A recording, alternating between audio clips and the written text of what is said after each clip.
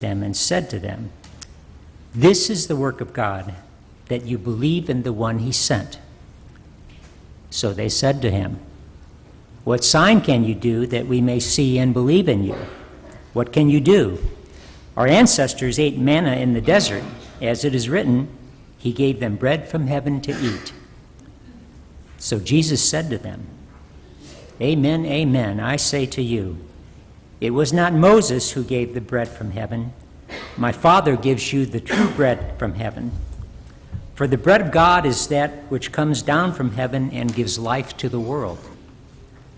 So they said to him, "Sir, give us this bread always." And Jesus said to them, "I am the bread of life. Whoever comes to me will never hunger, and whoever believes in me will never thirst." The Gospel of the Lord. Praise to you, Lord Jesus Christ.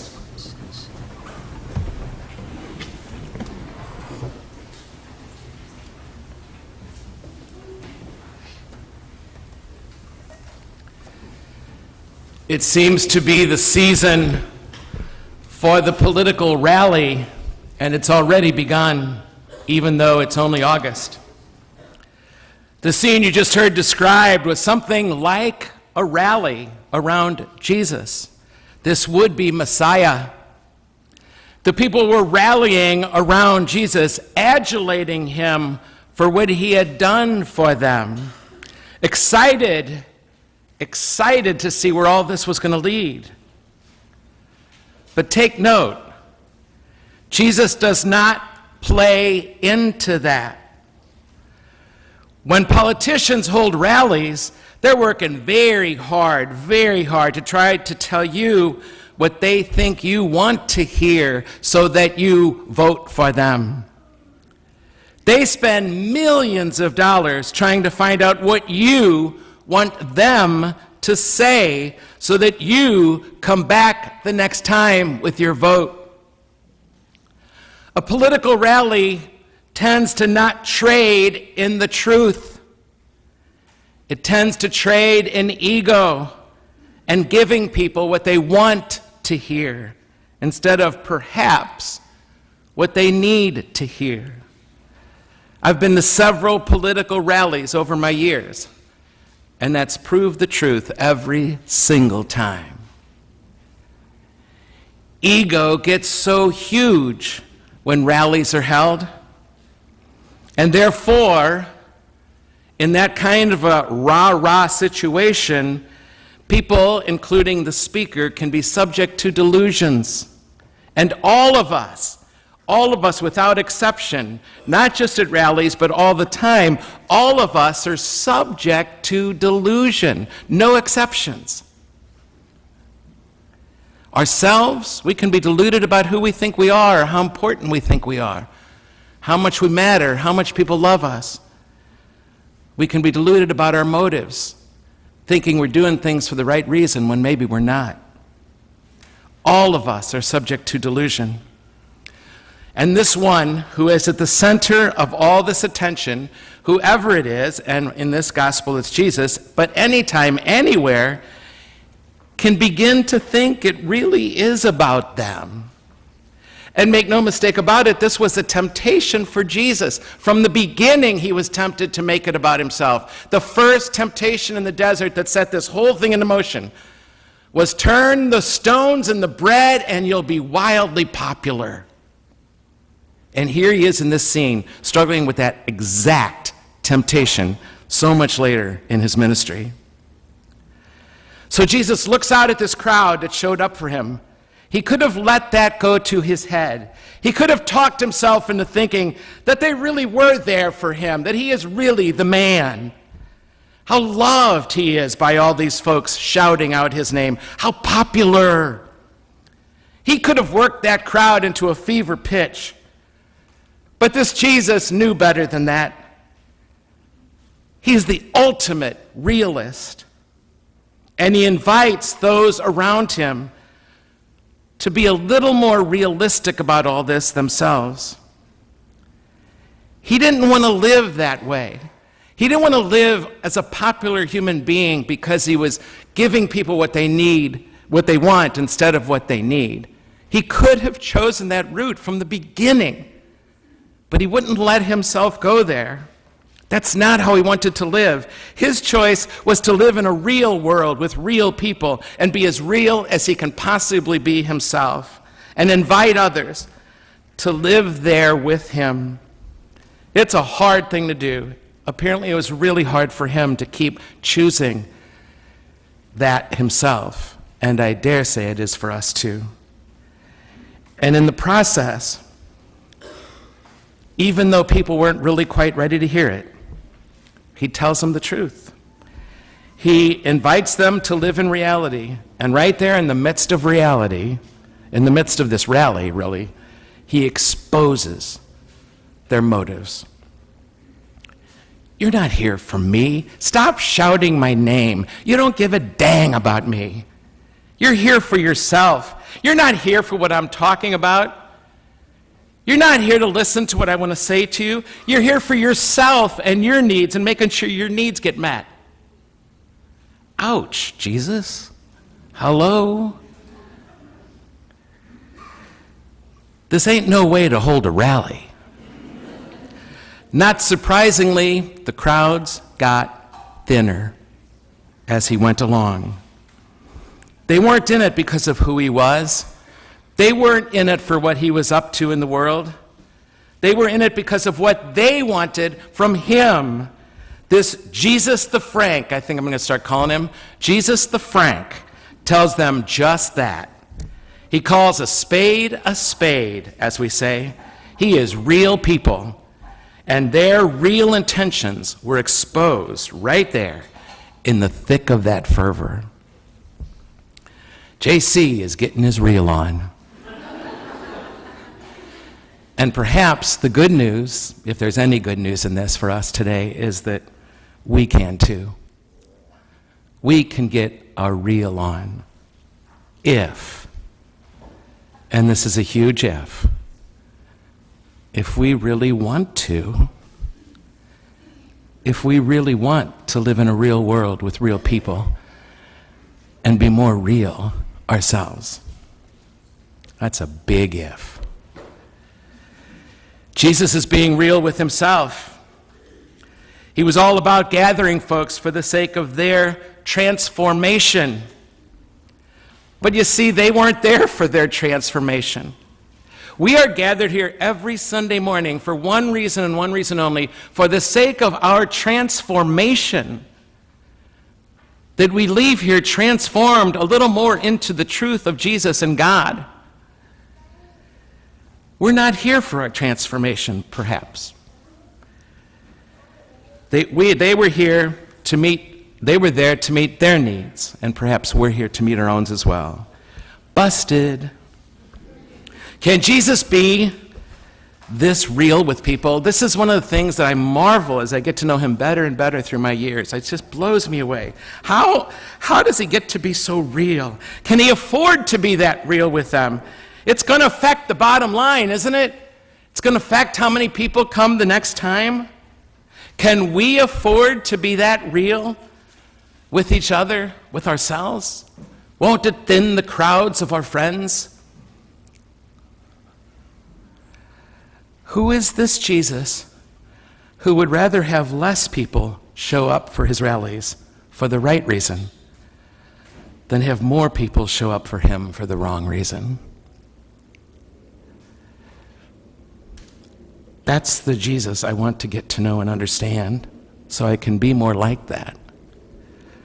Who is this Jesus who would rather have less people show up for him for the right reason than have more people show up for him for the wrong reason? There's something in me that admires that Jesus exposes the illusions of the people that people live with, and that fights the temptation to buy into those illusions himself.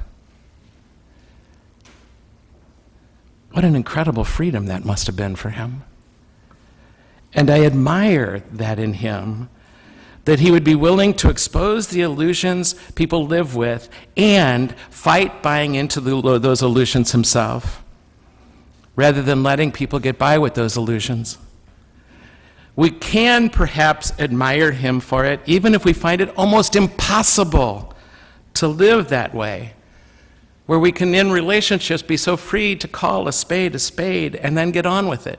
Not hold it against him, not shame him for it, but get on with it.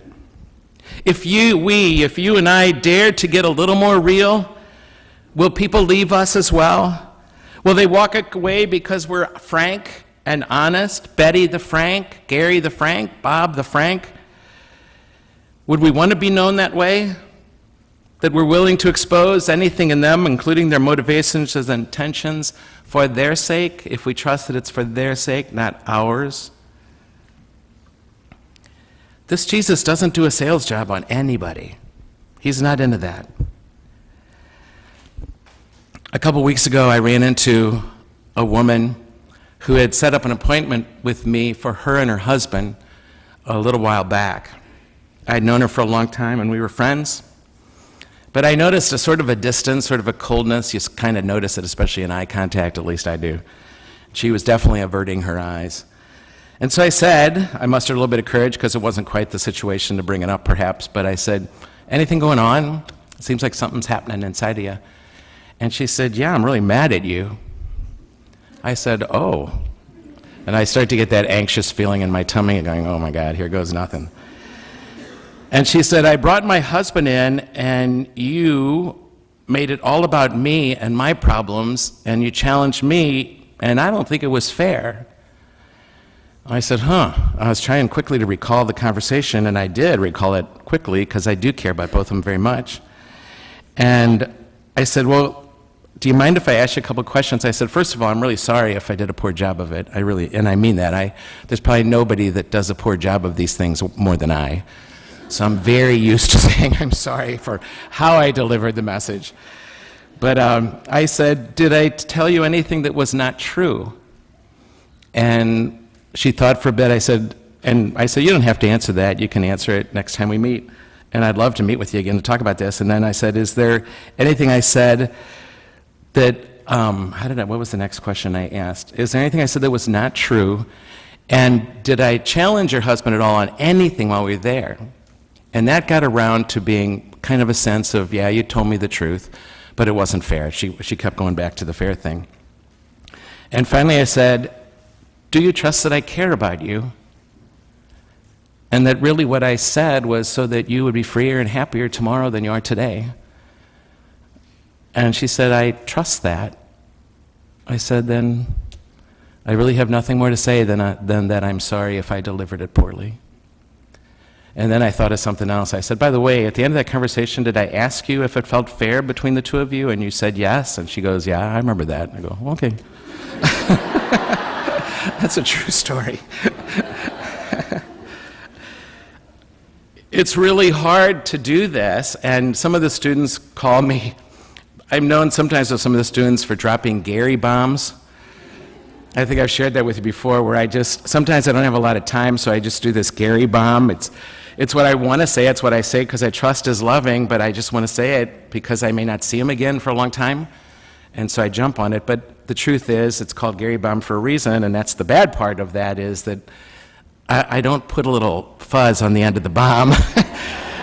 I drop it and then move on to the next appointment. And I admit that I mess that up a lot. But I'm also kind of proud that I care enough about him to tell him that. And I do. I love him to death. And I don't... Time is short. I mean, we only have most students for 4 years. And I want to tell them the truth if I think it's going to set them free. Because the people who've loved me the most did that for me, even when I was mad at them back. This Jesus just continues to blow me away. The other scene that keeps coming back for me in Jesus' life is when he called his disciples to follow him. He didn't give them a snow job. He just said, I want you to follow me because ... and just to be real, it might get you killed.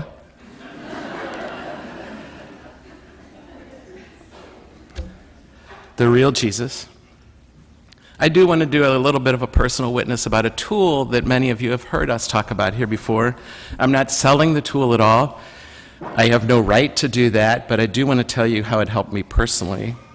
And it's called the Enneagram. I'm sure many of you have been familiar with it. This is a tool that, what's the word, chop my chops, or how do you say it?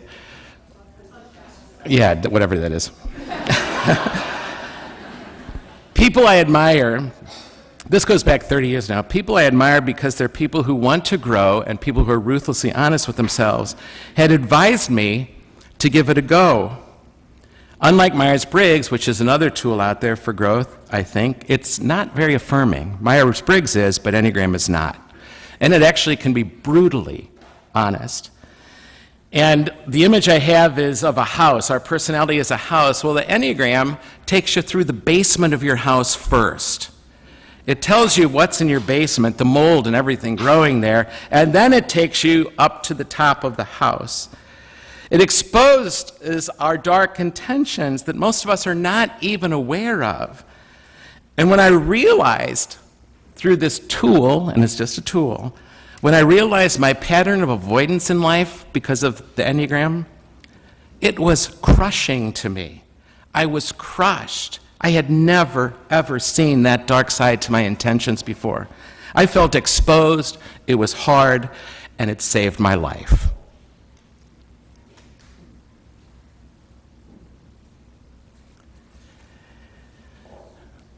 We, in the light of this gospel this morning, we just need to ask a really honest question of ourselves.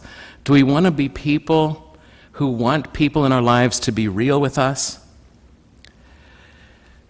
Do you want me to be real with you, even if I don't do it very well sometimes? Do I want you to be real with me, even though it's going to hurt sometimes, and I'm going to want to defend myself?